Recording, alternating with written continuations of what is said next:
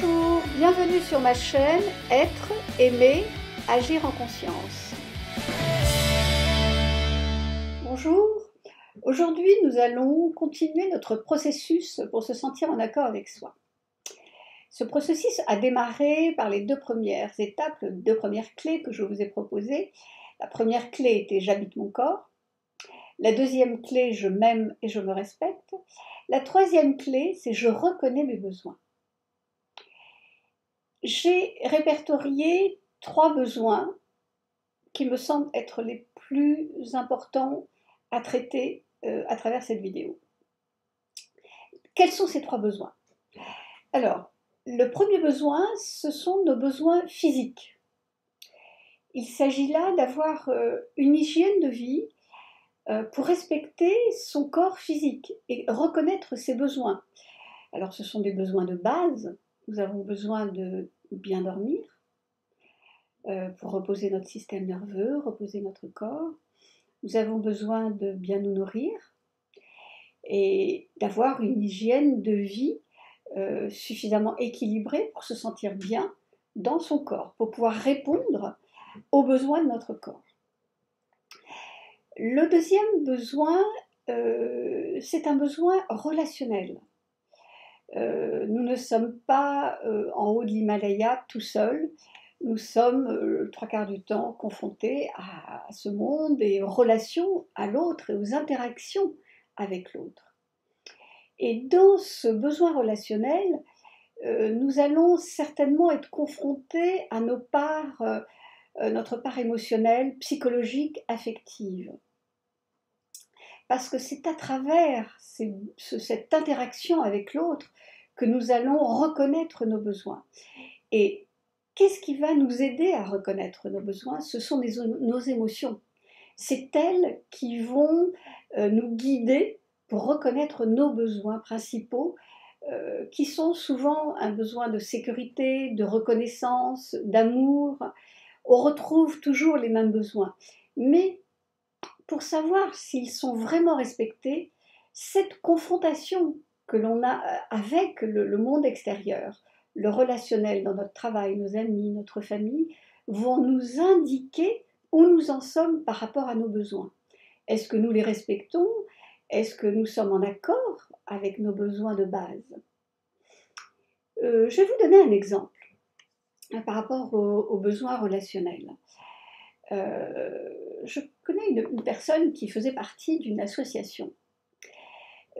Pour elle, c'était important d'en faire partie parce qu'elle pensait qu'elle allait pouvoir apporter quelque chose dans cette association de par ses qualités humaines, etc. Et il se trouve qu'au bout de quelques mois, elle n'était pas sollicitée pour intervenir dans cette association. On ne lui demandait pas son avis. Et au bout d'un moment, cette personne s'est demandé qu'est-ce qui se passe? Est-ce que j'ai ma place dans cet endroit-là? Est-ce que je suis reconnue dans ce que je suis dans cet endroit-là? Et c'est ce questionnement qui a pu l'aider et l'amener à une décision finale, c'est est-ce que, en continuant d'adhérer à cette association, est-ce que je suis dans le respect de moi-même? Est-ce que je respecte mon besoin d'être reconnue dans ma valeur? Et la réponse était non. Et c'est ce qui lui a permis de prendre la décision de quitter cette association, parce qu'elle n'y avait pas sa place. Alors bien sûr, on peut aussi se poser la question de est-ce qu'elle se respectait elle-même? Mais effectivement, en faisant encore partie de cette association, elle ne se respectait pas. Ça, c'est certain. Bien entendu, vous allez comprendre que ce que l'on va toujours demander au monde extérieur, c'est ce que l'on doit se donner à soi-même en premier. On ne peut pas être respecté si l'on ne se respecte pas soi-même. On ne peut pas demander au monde extérieur de nous amener de la sécurité si on ne se met pas nous-mêmes en sécurité. C'est sûr qu'en faisant partie de cette association-là, elle ne se mettait pas dans un lieu de sécurité non plus, puisqu'elle se posait en permanence la question de savoir pourquoi Pourquoi est-ce qu'on ne la sollicitait pas? Pourquoi on ne venait pas lui demander d'intervenir, de donner son avis pour telle ou telle décision? Donc cette personne se mettait dans une situation qui était contraire à ses besoins.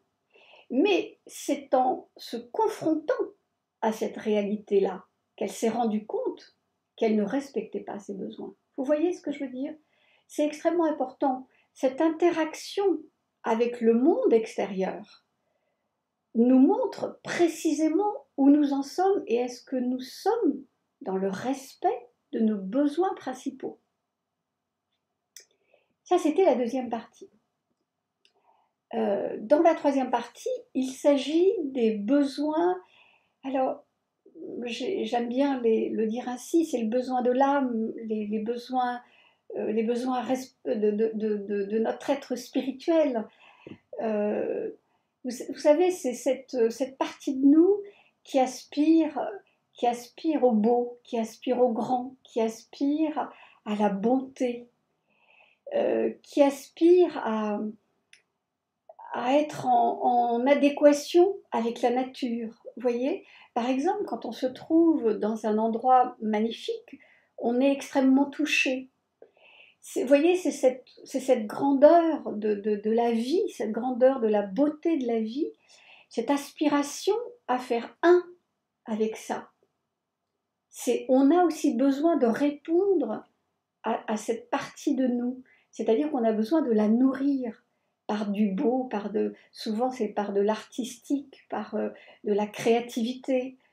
On a besoin de se sentir en lien avec cette partie de nous-mêmes euh, qui est grande, qui est spirituelle, qui est en lien avec une grandeur de la vie. Et c'est important de respecter aussi ça dans notre quotidien, parce qu'on a tous cette partie-là à l'intérieur de nous. On a tous cette partie spirituelle de l'âme qu'il faut nourrir.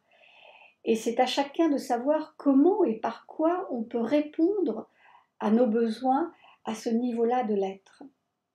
Vous voyez, dans ce que je suis en train de vous dire, on ne peut pas nourrir qu'une partie de nous-mêmes. On ne peut pas être axé uniquement sur la partie corporelle. Parce que là, on va tomber sur le culte du corps. On va vouloir à tout prix nourrir uniquement notre corps physique. Alors c'est bien, c'est important d'en prendre soin et de répondre à ses besoins.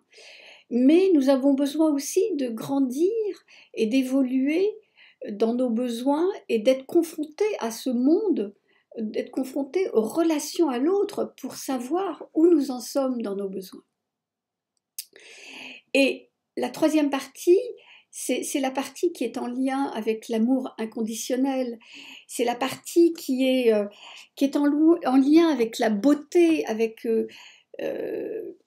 nos aspirations profondes. Et ce que j'avais envie de vous dire, c'est que un guide, quelque chose qui me guide moi personnellement dans mes besoins, dans savoir ce qui me fait du bien, c'est souvent est-ce que ça me met en joie. Vous voyez, si quelque chose me met en joie, si ça me nourrit de l'intérieur, ça veut dire que ça correspond à un besoin. La joie est un bon indicateur pour savoir si on est en train de faire des bons choix dans nos besoins et dans ce qui va répondre à nos besoins. Voilà, j'espère que je vous ai éclairé suffisamment concernant nos besoins. Comme je vous ai dit, il y en a beaucoup d'autres besoins, mais j'ai voulu répertorier les trois. Donc souvenez-vous, les besoins physiques, corporels, les besoins relationnels et les besoins spirituels, les besoins de notre âme. Voilà, je vous dis à très bientôt pour la suite de ces 6 clés pour se sentir en accord avec soi. À très bientôt pour une nouvelle vidéo.